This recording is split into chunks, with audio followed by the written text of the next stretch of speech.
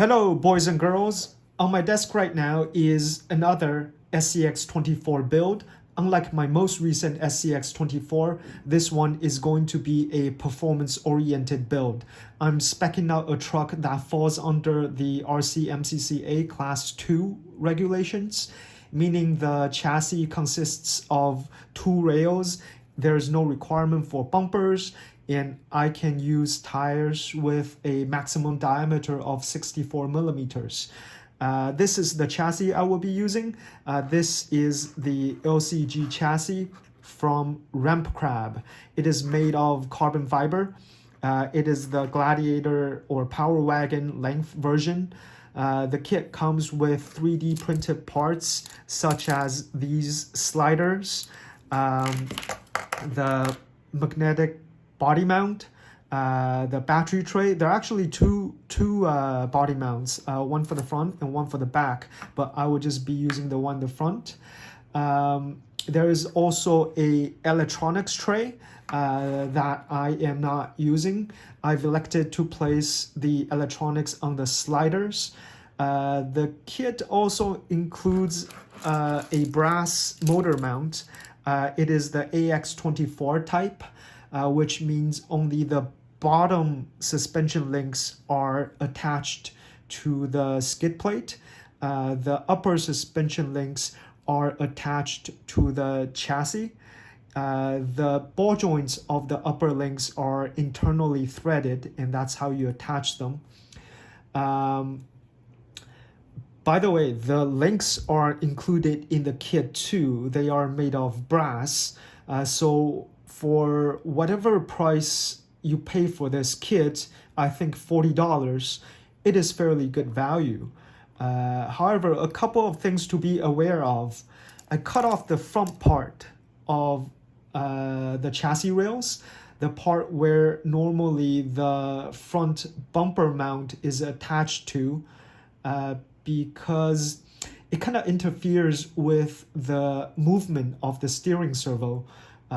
I'm running all my SCX24 slammed, so the servo is tucked all the way up, and as it drops out, its sides come in contact with the chassis rails. And since Class 2 doesn't require bumpers, so I cut these parts off. The second thing to note is if you wish to use different suspension links than the brass ones RampCrab include, it might take some work.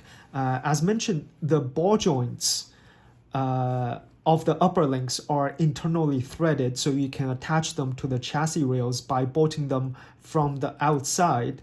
So you'd be cannibalizing those threaded ball joints if you want to use other links. However, these ball joints are just a tiny bit smaller than, let's say, Injora's ball joints. Not that they don't fit, just a bit loose, which isn't necessarily a bad thing if they don't pop out. Anyway, the RampCrab LCG chassis seems pretty good so far. It's my first time putting one together. It doesn't come with any instructions, but it assembles pretty much the same way as any other chassis kits. It's fairly easy to figure everything out. I would totally use it again. And in fact, I got another project coming up using the shorter version of this chassis. Please make sure you like and subscribe so you don't miss that build. And as you can see, I've got everything laid out already. I've got the ESC on one side and the receiver on the other. The ESC is the Furitek Python Pro. It is paired to a Furitek Mini Komodo. It's a beautiful looking thing. It's lightweight, it's compact, so I have no problem with it pointing towards the back. The battery fits right between them. Right now, I'm just using this 900 milliamp hour 2S LiPo. I can run the 3S LiPo. I think I eventually will, because the steering servo I will be using can handle up to 8.4 volts.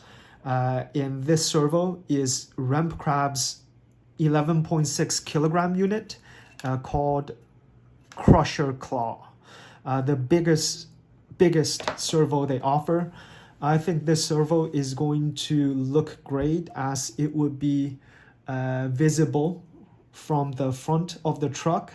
I hope it performs great too. So let's start assembling the rest of the truck.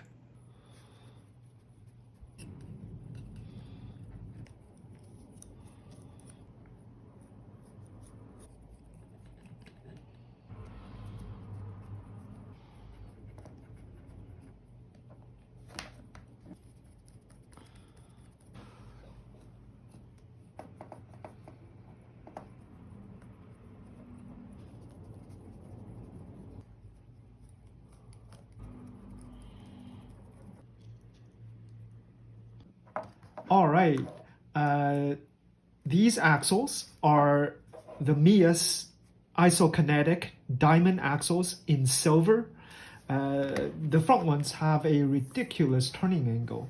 Check it out, 52 degrees. I probably won't be able to use all of it. And if you buy a set of front and rear of these axles, MEUS includes an extra set of worm gears. They are the 14% underdrive worm gears for the back, in addition to the standard 16-tooth gears. One thing to note is the front servo uses its own proprietary servo mount. Those designed for the stock axles aren't going to fit. But I'm glad to see one is included. The upper rear link mount is included too. I believe it is not for Injora's axles.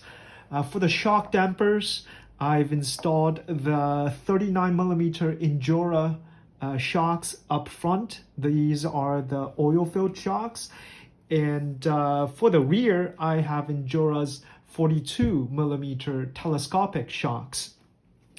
For limiting straps in the front, I've installed the Little Guy Racing Parts limiting straps that attaches to the front servo. So far, I've only looped the elastic band around the magnets. I don't know if that's gonna hold, we'll see. For the rear, I just used one of the extra elastics included in the bag to loop around this metal brace in the upper rear links. And as for wheels and tires, I am going to use these Treal 12-spoke bead lock in browns. They are made of aluminum with brass weight rings. I wrap them in hobby sole mud slingers. These are 64mm in diameter, the maximum allowed for class 2. Inside these tires, I have a set of silicone inserts. The truck doesn't weigh as much as my usual builds, so I've cut off some supports in the outer layer to soften them up. So let's get them mounted and I will show you the body.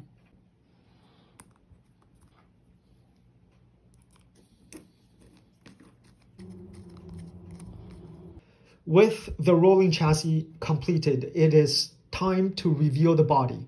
This is probably the most important part for me. For me, performance is only secondary to looks. And as all my microcrawlers are 1/18th scale, just a bit bigger than the usual 1/24th of the SCX24, I've chosen this. It is a 3D printed body from Yurich Micro RC on Etsy. I'll leave a link in the description. It is called the Boss Truck. It is modeled after a 4th generation Toyota Hilux with an extended cab. It is so aggressive. Instead of a bed, he replaced it with roll bars. Instead of a standard front clip, he got rid of everything and only left the headlight housing to allow clearance for larger tires. The headlight housing can accept 5mm LEDs for headlights and 3mm LEDs for turn signals. I absolutely love the design of this body. It looks amazing, and it is exactly what I'm looking for this performance-oriented project. It's my first time simulating a weather patina. So what I've done is, after I sanded the entire body, I first put down a layer of dark red primer to represent rust, and then a layer of gray primer to represent bare metal, and then I topped it off with a layer of teal color paint. And after the paint has dried, I used a 280 grit sandpaper to rough up everything to let the rust layer show through. The final product, after some sanding and multiple layers of paint, the body ended up being about 80 grams, definitely on the heavy side, but that is the sacrifice I'm willing to make for this beauty. It uses the stock hinge at the back of the truck, and the front of the body uses magnets. Let's install the body now.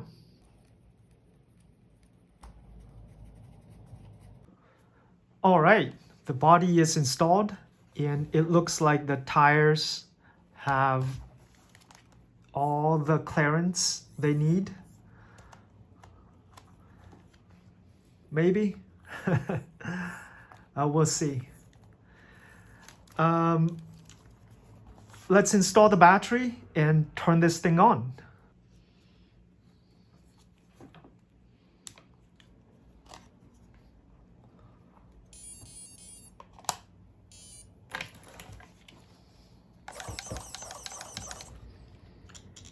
And there we go. The truck is powered up and we have control. I'm again using a Flysky receiver paired to the Flysky G7P transmitter. Anyway, as with usual, let's go ahead with initial testing on my desktop proving ground to see how it performs.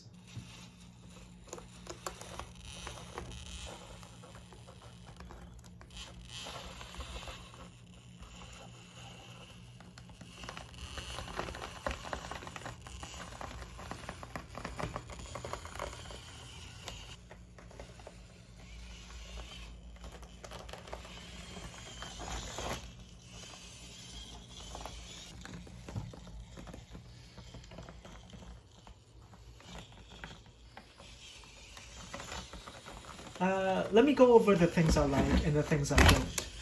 Things I like, number one, is the low center of gravity. This is a LCG chassis, so that is to be expected. The side hilling ability is by far the best of all my trucks so far. I love that it can actually sit on its sides. Check it out. Oh, and this steering servo, RampCrab Crusher Claw. I love it. It's quick and powerful. I actually chose it because the front of it looks pretty, as I knew that part would be visible. But good to know that it actually performs quite well too. I look forward to giving it the entire 8.4 volts it can take through a 3S battery. Another thing I like about this truck is the amazing steering angle of the MEUS front axle. With the turning radius it has, I don't miss rear wheel steer at all. And also, rear wheel steer isn't permitted for Class 2. Things I don't like. Well, in this belly dragger setup, it does drag on its belly quite a bit, and also its lengths on parts of my desktop proving ground. I'm not sure yet what I can do to improve this. The long wheelbase doesn't help. Oh, by the way, this body is designed for the Gladiator or Power Wagon wheelbase specifically. Yurich Micro RC does make a smaller version of this body, more 1/24th scale version, but that is for the AX24 platform. A cosmetic issue I don't like about this truck is this truck being a bit tilted to one side. I don't think it's the suspension. I'll pull the body off later to try to get rid of it. Oh yeah, and lastly, the shocks aren't extending smoothly at the extreme ends of their travel.